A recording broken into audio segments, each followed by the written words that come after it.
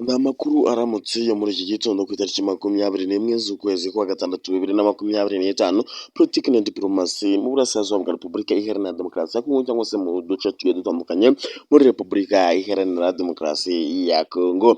Biri kuvugwa yuko rero inyeshyamba z'ama 23 cyangwa se umutwe w'iterabwoba muri Repubulika Iharanira Demokarasi ya Kongo wakomeje kuzengereza kino gihugu cya Antoine Felix Tshisekedi Tshilombo, wabongeye kubyuza umutwe nyuma yuko wari waramaze kugenda wamburwa uduce tumwe na tumwe wari waramaze kugenda wamburwa uduce tumwe na tumwe baramaze kugenda bigarurira muri iki gihugu cya Repubulika Iharanira Demokarasi ya Kongo. Ese ni iki cyaba cyakurikiyeho uyu munsi, haba nimugoroba ndetse haba no muri iki gitondo? Nimba ari ubwa mbere ariko ugeze ku Ntebe TV, nyamuneka ndakubitsa ko ugomba gukanda subscribe ugafunga inzogera kugira ngo bijye bigufasha kubona ibiganiro n'amakuru tuguhereza gatanu kuri gatanu. Ariko nawe bamaze kubikora ko nkubwire ko uri agaciro ndetse unomaye kuri twebwe.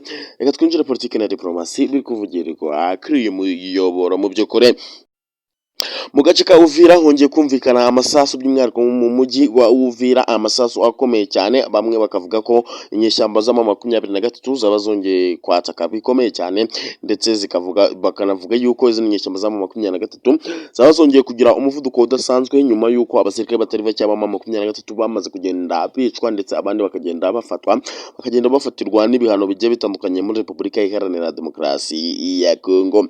Ikiri kwibazwa ni iki? Ese imbaraga nyuma yuko baramaze kugenda bacibwa imbaraga, intwaro zimwe na zimwe bakagenda bazamburwa, izindi zikagenda zibashirana, ese izi mbaraga zaba zongeye zaturutse contre attaque ya M23 yaba yaturutse hehe muri kino gihugu cya Repubulika Iharanira Demokarasi ya Kongo? Nyuma yuko Wazalendo, FARDC ndetse n'abandi basirikare bafatanyije kurwanya izi nyeshyamba z'ama 23 muri Repubulika Iharanira Demokarasi ya Kongo, bari baramaze kugenda bavuga yuko rwose nta kabuza n'ubundi uku kwezi kuzarangira izi nyeshyamba z'ama 23 nazo ari nkaho zirimo kurangira.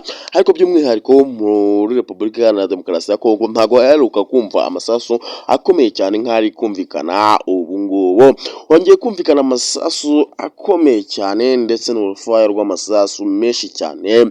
Abaturage batari bakiya bongeye guhungabana muri Repubulika Iharanira Demokarasi ya Kongo mu gihe bari batangiye kwizera Antoine Felix Tshisekedi Tshilombo ko bagiye guturisha ibintu muri kino gihugu cya Repubulika Iharanira Demokarasi ya Kongo. Ese intambara yaba iri kuvuga iki? Ese intambara mu gihe Leta Zunze Ubumwe za Amerika zari zaramaze kumanuka muri Repubulika Iharanira Demokarasi ya Kongo ndetse n'intwaro zihambaye, bakavuga yuko baba bagiye gufasha zino nyeshyamba baba bagiye kwirukana baba bagiye gufasha Repubulika Iharanira Demokarasi ya Kongo mu buryo bwo kwirukana zino nyeshyamba z'ama 23 muri iki gihugu cya Repubulika Iharanira Demokarasi ya Kongo. Byongeye gututumba, byongeye kuvugwa yuko noneho zino nyeshyamba z'ama 23 zongeye kubura umutwe ndetse n'umujinya udasanzwe.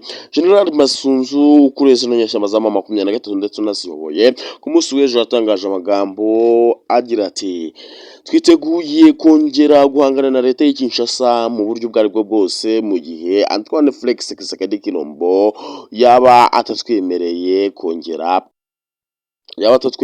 kuganira n'iyi leta y'Kinshasa mu buryo bwo kugira ngo tubone umutekano wacu nk'abaturage ba Repubulika Iharanira Demokarasi ya Kongo. Izi nyeshyamba z'ama 23 zikomeza gushimangira ndetse zihitakira abaturage ba Repubulika Iharanira Demokarasi ya Kongo. Antoine Felix Tshisekedi Tshilombo ntago akibikozwa, dore ko yamaze kugenda agaragaza impamvu adashobora kurenga cyangwa se adashobora kuganira n'inyeshyamba z'ama 23, ndetse agakomeza kugenda avuga yuko nta kabuza zino nyeshyamba z'ama 23 harimo abasirikare bamwe na bamwe barwana ku ruhande rw'ama 23 baturutse mu Rwanda, dore ko ubushakashatsi bw'isi yose bwamaze kuvuga yuko inyeshyamba z'ama 23 ziterwa inkunga n'abasirikare ba RDF b'igihugu cy'u Rwanda, ndetse bigakomeza binavugwa yuko izi nyeshyamba z'ama 23 hari abasirikare bagera ku 30,000 baturutse mu gihugu cy'u Rwanda baje muri Repubulika Iharanira Demokarasi ya Kongo mu buryo bwo kurwana ku ruhande rwa M23 mu vy'ukuri. Abaturage bamanutse muri kino gihugu cya Repubulika ya Demokarasi ya Kongo batari bakeya b'Abanyarwanda bakomeje kugenda bahohoterwa bitewe n'uko igihugu cy'u Rwanda cyakomeje kugenda kigirana amakimbirane n'ibibazo cyangwa se muri kino gihugu cya Repubulika ya Demokarasi ya Kongo, ndetse ni ibintu igihugu cy'u Rwanda cyaje kwisangamo hagati y'ibindi bihugu byose bitari bikeya. Abarundi bamaze kugenda bafatira ibihano, ndagira ngo nkubwiye ko uramutse ukandagiye mu gihugu cy'u Burundi uri umunyarwanda, haca uwambaye ntabwo byaza kugukundira kuko kurokoka byaza kukugora mu by'ukuri.